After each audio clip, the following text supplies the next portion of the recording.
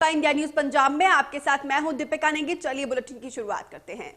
प्रधानमंत्री नरेंद्र मोदी ने video conferencing के जरिए नीति आयोग की गवर्निंग काउंसिल की छठी बैठक की अध्यक्षता की। इस बैठक में पंजाब के सीएम कैप्टन अमरिंदर सिंह और बंगाल की मुख्यमंत्री ममता बनर्जी ने दूरी बनाई थी। पीएम मोदी ने बैठक को संबोधित करते हुए कहा कि कोऑपरेटिव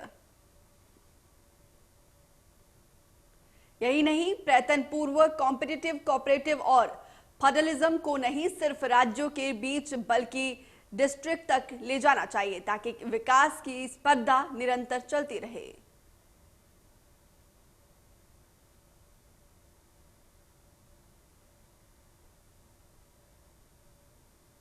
देश की प्रगति का आधार है कि केंद्र और राज्य साथ मिलकर के कार्य करें और निश्चित दिशा में आगे बढ़े।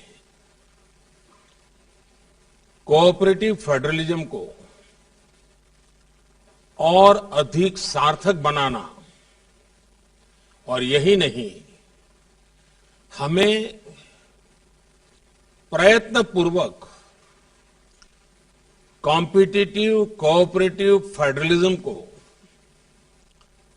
न सिर्फ राज्यों के बीच डिस्ट्रिक्ट तक ले जाना है ताकि विकास की स्पर्धा निरंतर चलती रहे। उधर कोविड के दौरान भी भारत ने कृषि क्षेत्र में निर्यात में वृद्धि देखी है। हमारे पास इस क्षेत्र में बहुत अधिक उपयुक्त क्षमता है। हमारे उत्पादों का अपव्यय यथासंभव कम होना चाहिए। हमें भंडारण और प्रसंस्करण पर ध्यान केंद्रित करना चाहिए।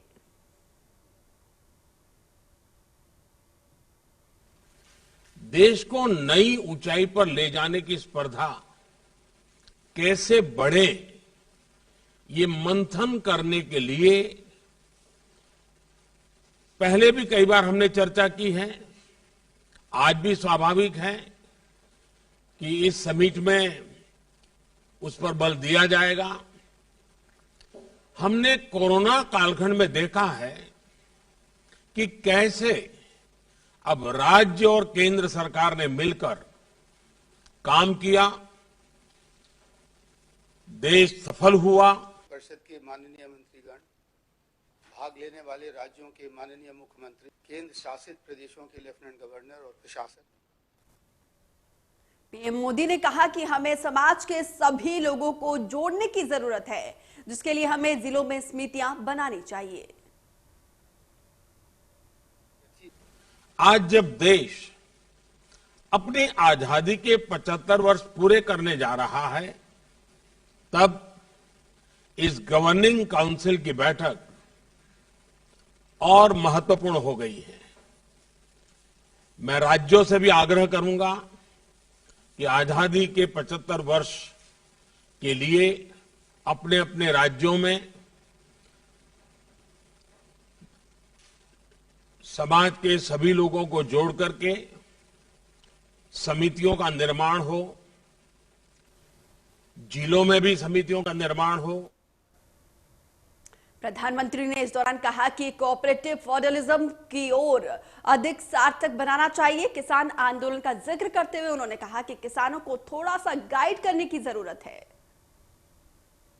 ऐसे उत्पाद हैं जो हमारे किसान न सिर्फ देश के लिए पैदा कर सकते हैं बल्कि दुनिया को भी सप्लाई कर सकते हैं। इसके लिए जरूरी है कि सभी राज्य अपनी एग्रो क्लाइमेटिक रीजनल प्लानिंग उसकी स्ट्रेटेजी बनाएं, उसके हिसाब से किसान को मदद करें। साथियों, बीते वर्षों में कृषि से लेकर पशुपालन और मत्स्य पालन तक एक होलिस्टिक अप्रोच अपनाई गई है।